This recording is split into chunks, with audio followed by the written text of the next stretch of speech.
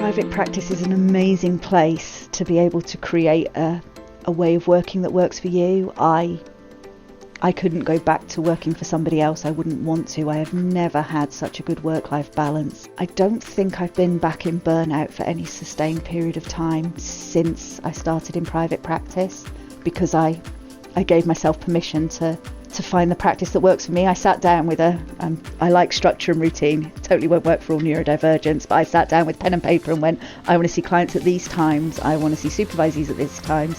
I want these days off. I've created, by pricing and everything is structured to make that a sustainable business model for me. So it's permission to do it in the way that is sustainable and works for you, whatever that looks like.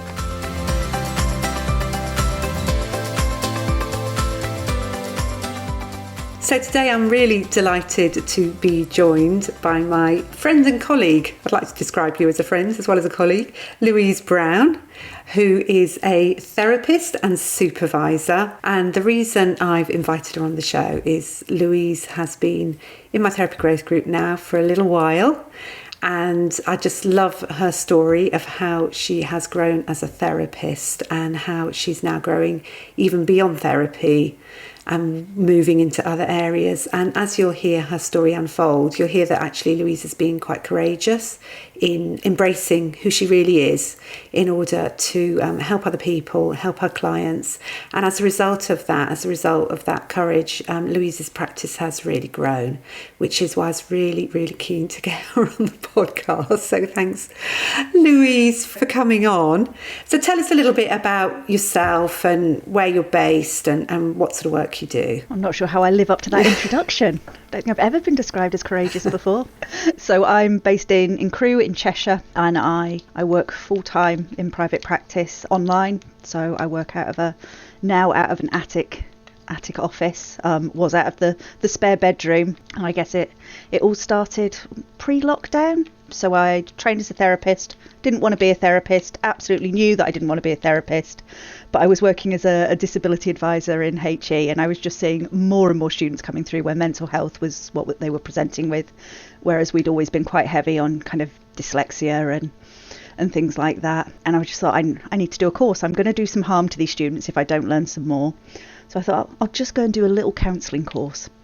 And 5 years later, I finished with a master's and a whole new career, and had really fallen in love with therapy and had grown so much personally during the process. So I stayed working in HE for a while, but I moved into more mental health support, and then eventually I moved into working as a therapist for a local charity. So I did a stint in the NHS in an IAPT service, which I said I would do for a year, and I did for a year. And I worked with some children and young people, which I discovered I could do, but it wasn't my passion. And I did some time in a sixth form college, and then I started doing some training for the mental health charity, which I really loved, kind of mental health awareness, suicide prevention sort of stuff, which I'd done bits of training previously, but never in that kind of mental health world. It was all going okay, kind of as much as it is when you're raising teenagers, until I hit what I now know was autistic burnout. I didn't know I was autistic, had no idea, despite when I was a disability advisor having what some might call a special interest in neurodivergence. I'd been to loads of conferences, I'd supported loads of students. I'd suspected I was dyslexic, but when I'd had my dyslexia assessment, I'd been told I had traits, but not enough to get a diagnosis. And I suspect that I'm dyspraxic, because if you've ever seen me run or tried to listen to me give you directions, then you would know that my brain doesn't work like that. I come from a really neurodiverse family, so there's a lot of dyslexia and dyspraxia in our family that have been diagnosed in kind of cousins and things. But I never got a formal diagnosis. And then I was just really struggling. I changed jobs. There'd been a lot of stuff going on personally, and I thought I need to dip back into therapy, which is what I do. And I thought I need a therapist that's really going to challenge me, because I'm not a very good client. I'm quite bratty as a client. I need someone that's going to pull me up. And I am a guy that had worked in the same charity as me that I kind of vaguely knew. And I really respected him, and I knew that he would challenge me. And he was autistic, and openly out as autistic. And I thought, that's great. I know that he's not going to let me run rings around him. And in our first session, I was kind of telling him about kind of a lot of these feelings of not being good enough and just not quite knowing what was going on and struggling with kind of work relationships. And he kind of said to me, "Do you think you're autistic?" I went, "Absolutely not. I cannot possibly be. I would know because I've worked in this profession. I'd had 10 years kind of working in disability support, and I'd even been director of a company that offered support to families with neurodivergent children. It was something I knew a lot about. Someone would have told me, or I would have realised it." He said, "Okay, there's just this little quiz that you could do if you're interested." Like, yeah, all right, whatever. And of course went away and did the quiz and went, "Oh," and then went away and did the quiz again, because we never do it once. One of the, how do you know you're autistic? Well, if you've done all of the screening tools at different times of day and with slightly different answers, and you still keep it coming back saying you're autistic, that's a good chance. And that really started everything shifting for me. It was terrifying. It pulled everything I thought I knew about myself, kind of dissolved in that moment, as I realised the extent of my masking. And I'd been a really, really high masker. I was, gosh, how old was I? Would have been 38 at this point. So I'd had decades of thinking my life was one way, and all of a sudden it was like, well, everything I knew about myself was wrong. And I went on this really deep dive, hyper focus. I must have listened to every memoir by a middle-aged woman that had been late diagnosed that was available at the time, and podcasts and books. And then lockdown hit and my contracted work ended. So I was still doing a couple of days of training, but everything else just went. And it was like, right, well, I'm going to have to give private practice a go because I need to make an income. And I retrained to work online. And it was kind of my practice developed at the same time as my sense of self started developing. So I was discovering this about me, and then it was like, okay, well, what does this mean for my work? If I'm not the same person I thought I was, how is my practice going to be the same as I thought it was going to be? So I had a look back to see sort of when you joined Therapy Growth Group, and it was back in April 2021. So I don't know if you remember that. So that would have been sort of after you trained to work online. We were through most of the pandemic at that point, weren't we? So, I mean, casting your mind back, can you think why you wanted to join us and what you're hoping to get out of it? And I remember feeling really lonely as a therapist. So I was still working in a training job, but that was all online delivery. So the only people I was seeing was my wife and my daughter in her occasional stints back living with us. There was kind of, and just no professional connection. And I was really, really missing that and wanting to talk to other therapists.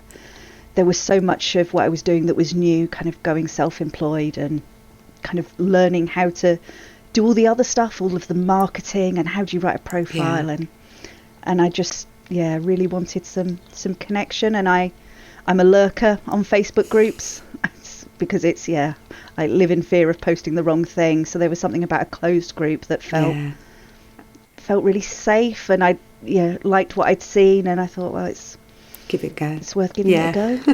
And of course, with the coaching calls, we get that chance to sort of talk, and it's not the same, is it? Because we're talking in real time as being on Facebook. So it's been lovely, and I made some really good connections and friends through it. So how would you say that your practice has sort of developed? So I sort of met you when you were growing it. That's when you sort of came into the group. And how has it developed over the last few years? So it's shifted completely. So when I was first setting up, I was determined I wasn't going to be an autistic therapist. I wasn't going to be out. I had lots of messages about self-disclosure from my own training, and a lot of therapists have very strong feelings about kind of not self-disclosing. I'd already talked about my queerness and had mixed responses, particularly from other therapists, about whether or not that was something I should be doing or something that was helpful to clients. And my belief very strongly was clients knowing I was queer was something that would help to make it a safe space. It doesn't mean I know about their experience if they're queer, but it means that they didn't have to do as much educating. And I knew from my own experience of therapy the difference it made to me from working with a queer therapist as opposed to a straight therapist, or at least a therapist who was very strongly allied and had done a lot of the learning. And it smoothed so much of the difficulties. And I knew I kind of wanted to do that around being neurodivergent as well. I knew how powerful it was, but it was really vulnerable at the time. I wasn't out to everybody I knew. It was because of the pandemic. I literally hadn't seen lots of people to share kind of these big things that were going on in my Sorry, life. can I just interrupt you for a moment there? Because I realise that I've missed out part of the story. Because so you had your therapist who sort of like said to you, can you, or here's a quiz. Didn't say go away and do it, just said you might be interested. You realised that this actually applied to you. And did you actually go and get a formal diagnosis? I did. I ummed and ahed about it for a long time, and I convinced, if I knew what I knew now, that I would choose to do it, in terms of some of the difficulties that can come from having a diagnosis, and because of where I am in my life, there isn't really additional support that I get from it. But at the time, it felt really important to have the external validation of someone to say, no, you are different, there is this thing, because my narrative had been, I'm broken, I'm a bad person, there's something wrong with me. I really needed someone else to say that's not true. The diagnostic process it was horrible, and it wasn't a pleasant thing to go through. And almost as soon as I've done it and got the bit of paper, I've never really thought about it again. So it's a complicated relationship that I have with it. Which is really useful for when you are supporting people who are thinking about it, and maybe looking at the pros and cons. It's something that you understand about because you've been there, and you sort of almost in a sense know some of the maybe perhaps the pitfalls of it, as well as getting the validation. And perhaps we'll go on to talk about some of those things, because I know sort of talking to others what it can be like. So that was sort of during the pandemic, was it? Or so that was, I want to say in the June or July. It was during the first lockdown in 2020. So at exactly the same time as I was setting up my private practice, and suddenly having to be visible and kind of write profiles and have a website, and at a time when I didn't really want to be visible because I didn't really know who I was. I was in that process of unmasking and figuring myself out. So tell us about what you decided to do, where you got to. Because I interrupted you because you were at the point of telling us that you were hadn't actually told or everybody didn't know that you weren't completely out as autistic at that point.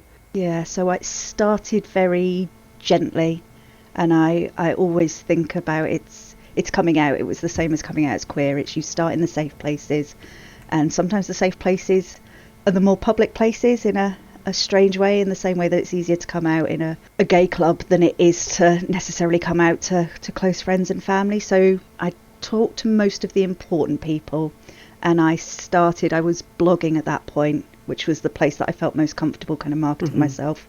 So just blogs on my website and on my Facebook page. And I started putting the occasional reference to neurodivergence in there. And the language was really important to me. So language is really important to me. I'm a word person. It's part of my autistic profile. I'm hyperlexic. I really, really love words. And so I'd started with neurodivergent, felt more comfortable.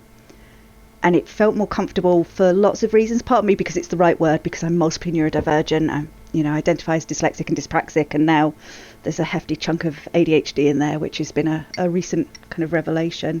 But also there was something about it felt safer. It felt there was less stigma than just saying autistic. So it was a way of dipping my toe in the pond and saying, how does this float, and how does this sit, and what's that like? And I published the first blog where I mentioned it, and the world didn't end, and everybody I know didn't stop speaking to me, and clients didn't stop coming to me. And so gradually I added more in, and then I started owning being autistic, and for a while I was only referring to myself as autistic, which was part of my process of figuring out my identity. And more and more clients came to me because they recognised what I was writing about. So I was writing about my experiences of beginning to understand what my neurodivergent identity was, of that discovery of it, of those feelings of grief that lots of late realising people experience, of the grief of having not known this, the grief of the life that I could have had if somebody had told me this, of the grief for what wasn't but what might have been. It's a very abstract grief, but it can be a huge part of the process. I can understand that. Is that sort of looking back over the past and just thinking, if I'd known then how I might... And when you and I have talked about this, because I have a neurodivergent child, and certainly, the more I've spoken to people who are neurodivergent and they've explained about things, I've had these penny dropping moments where you've spoken to me and said something and I've just thought, that explains it. Oh, if only I'd known. So I mean, for me, there's some grief around not knowing as a parent. So I can imagine the grief of not knowing as the actual person who is actually experiencing it. Must be quite intense. The best explanation I've ever heard is someone saying it's like watching a really complicated TV series, and you get to that final episode where they start explaining it, and then you go back and you rewatch the first one, and suddenly you're like, oh, that's why that happened, and that's what that meant, and that's what they were doing there. But you're doing that with your whole life. You're reprocessing all of those memories with this new lens that suddenly brings things into focus in a way they weren't. It's a huge piece of work that people do. And that, to a certain extent, is some of the work that you do now, isn't it, with your neurodivergent clients? Yeah. I work with a lot of late realising, late diagnosed, or people that did realise and identify earlier in life, but maybe haven't processed it or haven't thought about what it meant, and are kind of really kind of finding their own identity and what that means for them. And that's the bulk of my client work. And it's been the bulk of my client work since I started being open about it. I really worried, as so many people do, that I'm going to niche down and then no one will come and work with me and there won't be enough people. But actually what I found is despite the fact that there are lots of neurodivergent therapists out there, there are not that many who are out and talking about it for their own reasons. And, it's got to be right for everyone. And it was a long journey. It probably took me 2 years before I was really comfortable kind of being out and talking about it in the way that I am now. Yeah. So and it was my own search, my own therapist at a later point. And it was like, why can't I find someone? I want someone who has lived experience of neurodivergence. Preferably, I also want someone who's got lived experience of kind of a queer life. And I just couldn't find anyone. And I thought, gosh, how many other clients are out there desperately looking for this? And it was actually something that you've said many, many times, is who are you to not let these people know that you're out there and offering it? Because there are people out there who need that support. And that really resonated with me of, what if I could really help those people that are 12 months, 18 months, 2 years behind where I am now?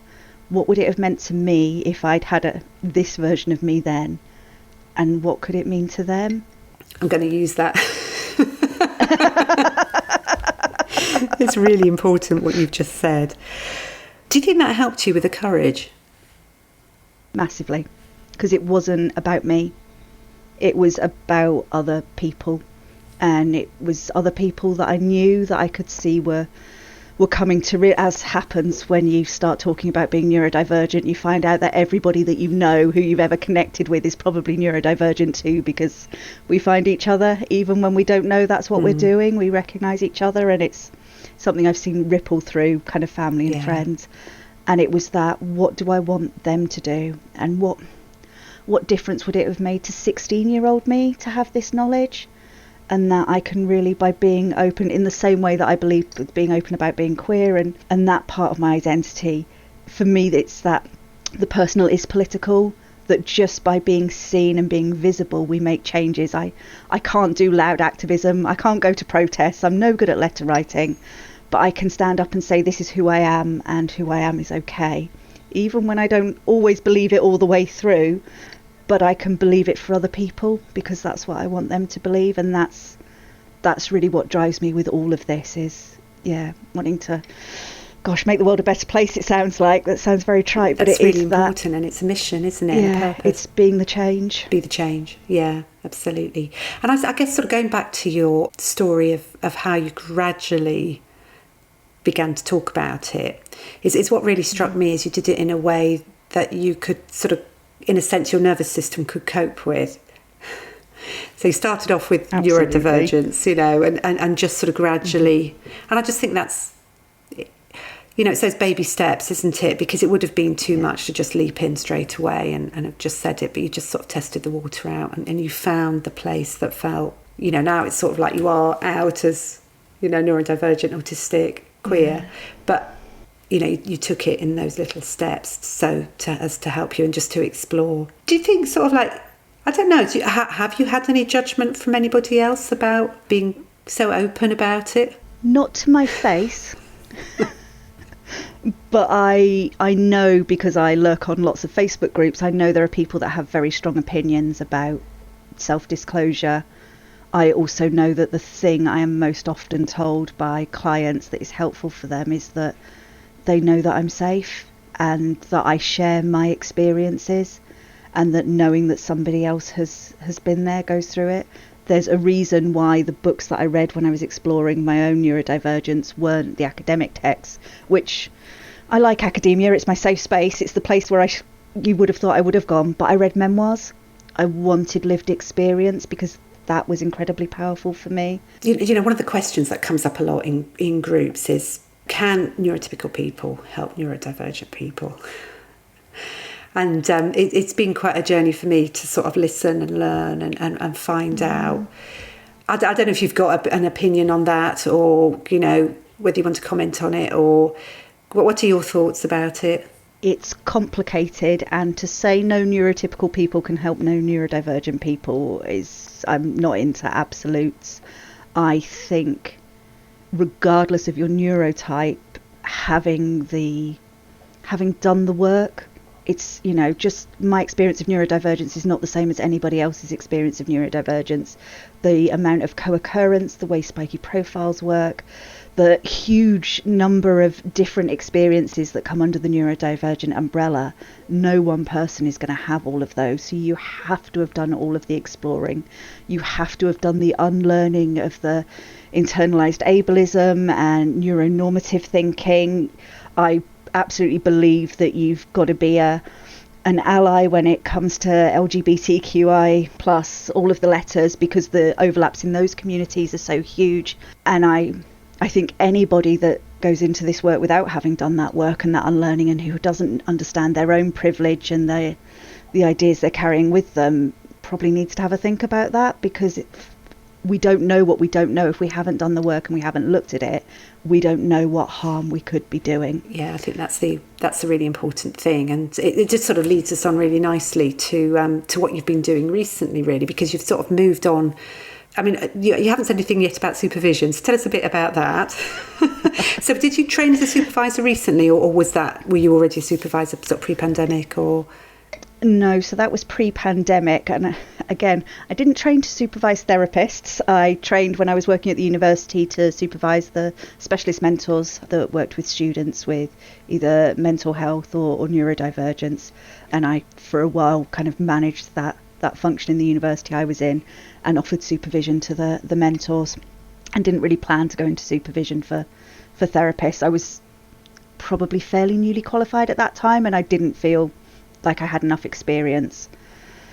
But then kind of into the pandemic, and it was my supervisor, who's amazing, was like, why are you not supervising other people? So I'd kept a few mentors when I'd moved into private work who'd wanted to stay with me as a supervisor, and it was like, why aren't you working with other people? So I thought, okay, I'll give it a go. And I love supervision. I love supervising. I love the mixture of clients and supervisees. They both take different types of energy. And again, what I found, in the same way that I'd found with my client work, is the more open I became about my identity, the more people wanted to come and work with me, because, again, therapists who were neurodivergent, who were queer, who were exploring that identity, who were figuring out what that meant for their practice, and wanting someone who'd got that shared experience and could kind of go on that journey with them, in the same way that, when I'd gone looking for my supervisor, in my head I want someone that's 2 years ahead of me. I want someone who's walked this path, or walked a path, that can kind of trail break for me and help guide me through. And I don't exclusively get neurodivergent therapists coming for supervision, but I get quite a lot, and now I do ad hoc consultations as well. So people that maybe have a client that they want to come and talk to, who want to tap into my knowledge about neurodivergence, who'll come for one-offs, or every now and again, or a lot of people come for additional supervision, so they'll have a main supervisor, but they'll come and see me around specific things to do with neurodivergence, which is also lovely. I feel like I get to do the fun bits of supervision and somebody else gets to do all the admin. So that's sort of one sort of extra stream of sort of you've added to your therapy. And then there's another really important part that you've been developing recently, and again, it's all connected back to your diagnosis and learning about yourself. And And again, this is where I feel I've learned quite a lot just by, our conversations when we've been together about, well, you tell people what you do and what you've been developing.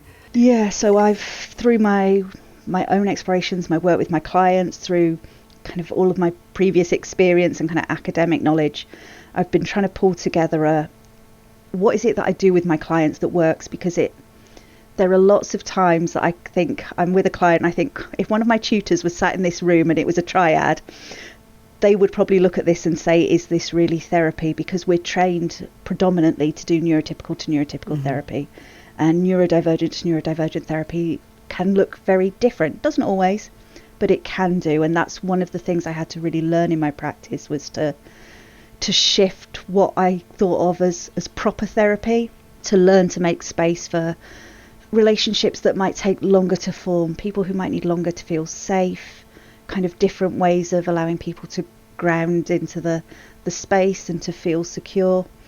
And so the part of me that's an academic and wants this is how it's supposed to be, started looking for a course. Can I go and do a master's on this, which is my refrain, which drives my wife to distraction, because I've got too many qualifications and I no longer work at a university, so I now have to pay for them, which is the barrier. And I could find academic stuff and I could find kind of Neurodivergence 101, but at the time I was struggling to find anything in between, and what I wanted was some really practical what do you do, and I couldn't find it. And I was complaining about this to anyone that was listening at the time because I was frustrated, and think it was my supervisor, but who said, well, why don't you just write it? You're already doing this. I think we were having a conversation a bit about BACP accreditation and what would I write if I was going to write down my modality. And so I went away and thought about it, and I thought about actually the common things that come up with my clients and the way they work, and this model of kind of neurodivergent well-being that I had drawn out countless times in sessions for clients. And it's these kind of two spirals and it's all about how we become dysregulated, and once we're dysregulated we have less capacity to do the things we want to or need to do, because we're having to spend more energy just on managing our spiky profiles, which get spikier when we're dysregulated. And so because we're not doing the things we want or need to do, often that negative inner voice comes in, the self-critic. What's wrong with you? Why can't you do this? Everyone else can do it. A lot of narratives which for many neurodivergents are things that we've heard since we were really young. Why are you being difficult? What's wrong with you? And so because we're feeling bad about ourselves, we don't take care of ourselves. We're not deserving of care or the things that help us to regulate. So we get more dysregulated, so we can less able to do things, and we kind of go round and round, and most of us end up in burnout. But what I know from the work that I do and what I know from my own experience is that so many of us try to force change at the point of, I'll just push through. If I just do this thing, we think by force of will we can conjure up more executive function and more energy. And of course we can't, it just becomes more frustrating. But the place where we can exact change is in the negative self-talk and in how we take care of ourselves. And that actually, if we can respond to ourselves with compassion and kindness, we disrupt that downward spiral. If we're able to say, it's okay that I find this hard, I can do this a different way. If we allow ourselves to do the things that build capacity, so things like playing with our I play with my special interests because one of them is Lego, and so that's something that is really soothing for me. But whatever it might be, spending time with special interests, finding our joy, then actually what happens is we become more regulated, so we have more capacity, and suddenly more things open up. And it's not a magic bullet, it doesn't fix everything. There are some things in my life I am always going to find hard. I'm never going to be cleaning the bathroom. It's a sensory nightmare. The thought of it just feels icky, and that's okay. Actually, I spent years beating myself up about it, but it's fine. I don't have to clean the bathroom. I'm really lucky that I have a wife that does, and she's really lucky that she has a wife that will cook dinner, and we have a very nice division of labour. And I guess it's kind of that model kind of grew, and from there grew we have to put it in context, which is all about the stuff about privilege and kind of knowing where our resources are and what's possible for our clients and how that might be different to us. And that grew into a training course which I piloted last year, and the first one is running in February, has run in February, and hopefully will run again, which is really about kind of practically working with neurodivergent clients. So it's based on the model, but it's full of resources. It's full of things that I sit and do with my clients in sessions. So things like mapping out what your spiky profile looks like, really normalizing talking about what our needs are, learning how to respond to ourselves with compassion. And there's kind of 3 strands to the work. There's the knowledge part, which I find I can do a lot of psychoeducation, certainly in the beginning of therapy, of what is neurodivergence, what is your specific neurodivergence, and what is your context you're living in. And that then moves on to an understanding. So, okay, if I know this about my brain and how it works, what does that mean for me? How does that help me to navigate through my life? What are my needs that I might not be attending to? What might be helpful? And then the acceptance, which is that if I accept that this is true about me and it is okay, then can I give myself permission to live the life that is right for me? Which sounds like a really lovely linear process that's really straightforward, and it is messy and lumpy and bumpy, but it weaves together. And it must be sort of like enabling people to sort of like look at different situations where perhaps something's come up for them, and I'm thinking about myself, sort of flown off the handle or something like that, and then you realise that was a situation of being dysregulated, and have the compassion towards yourself towards that. But also it's just understanding, isn't it? Once we know, we can understand, and once we understand, we can accept, and that's when change becomes possible. Yeah. I have to say, I've had another of my penny drop moments when you said about cleaning the bathroom. My poor daughter, I remember we went camping one year and we made her do the washing up, and it was just hell. Just realised why. As a parent, the things I wish I had known 20 years ago that would have changed. Yeah, it would have changed that particular interaction. Oh, so much. Yeah. Bless her. Oh. We can change from where we are now. That's it. You have to say that, don't you?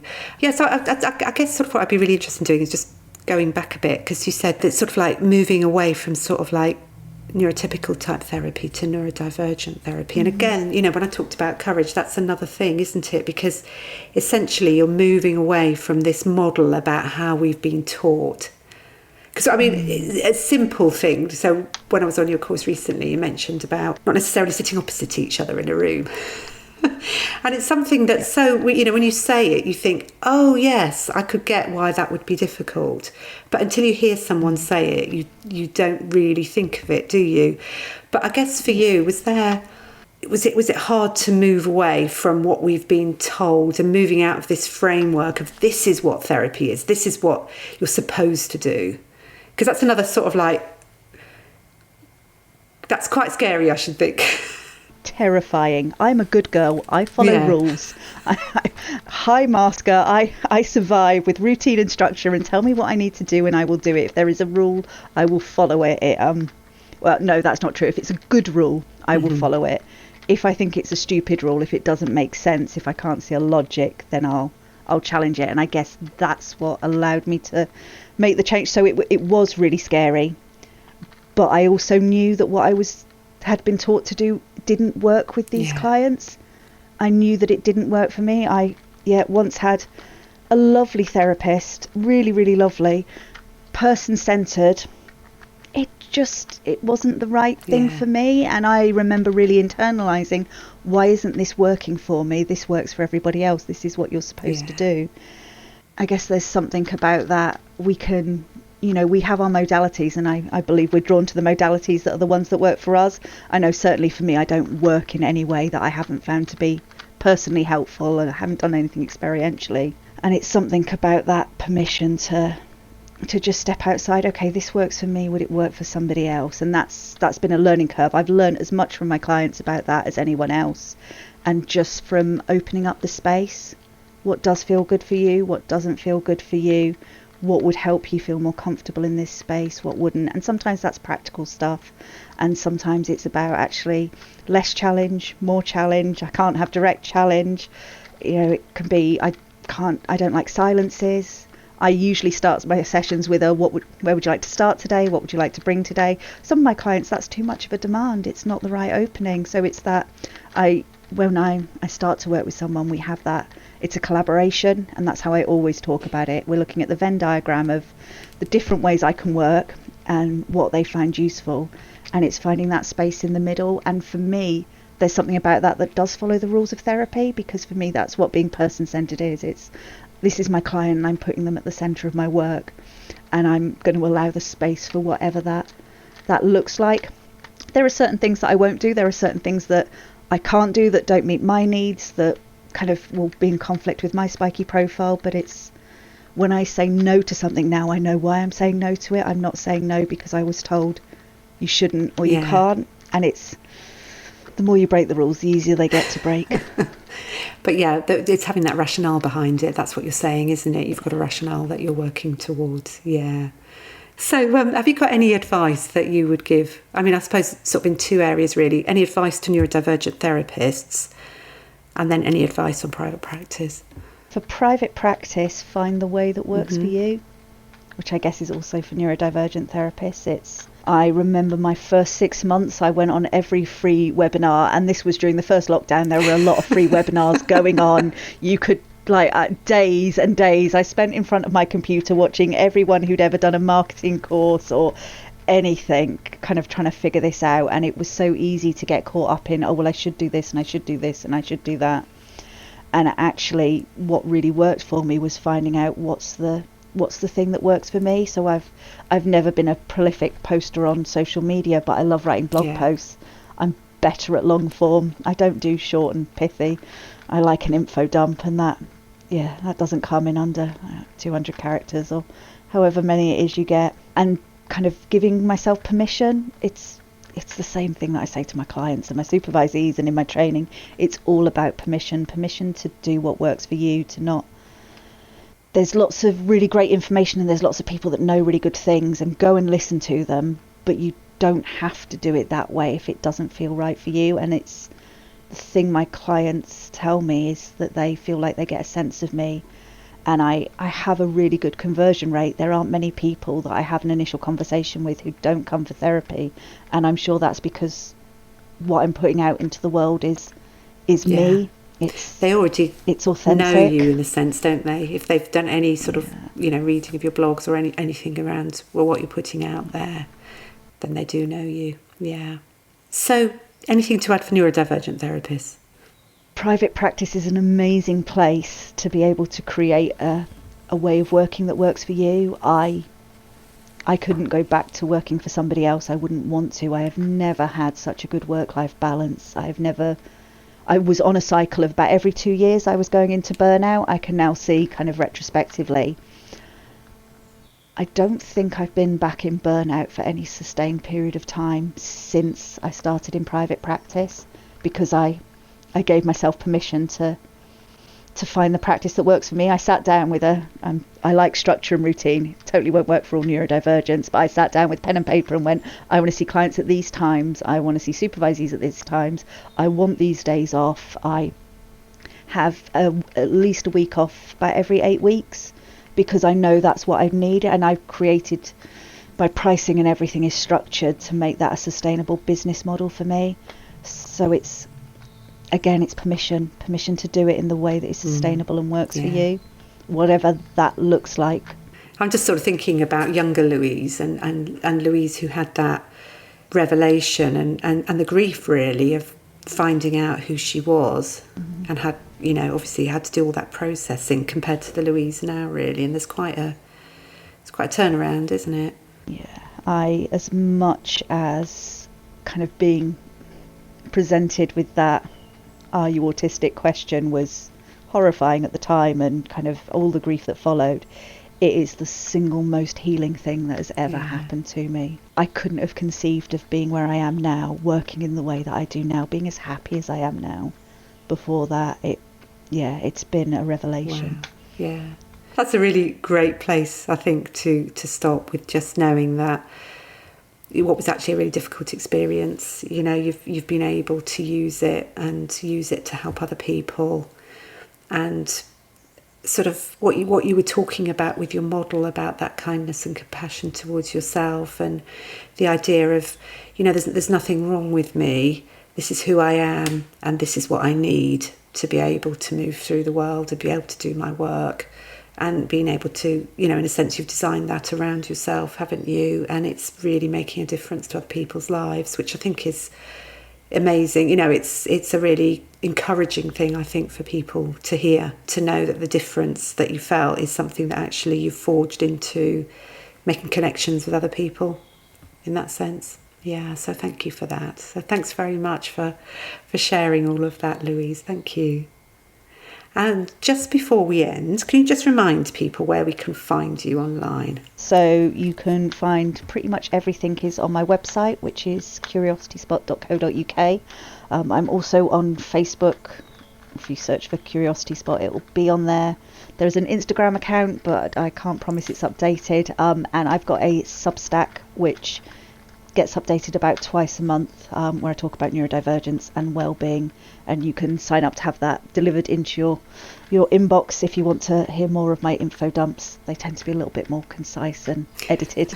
And I've got a mailing list as well if you're interested in knowing about courses, which if you sign up to, then you will be first to know, and there are usually discount codes, so it's worth doing for that, and the details for that are on the website. Brilliant, and I'll make sure they're put in the show notes as well so people can find them.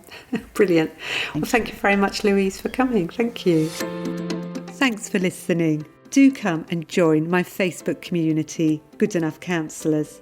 And for more information about how I can help you develop your private practice, please visit my website, josephinehughes.com. If you found this episode helpful, I'd love it if you could share it with a fellow therapist or leave a review on your podcast app. And in closing, I'd love to remind you that every single step you make gets you closer to your dream. I really believe you can do it.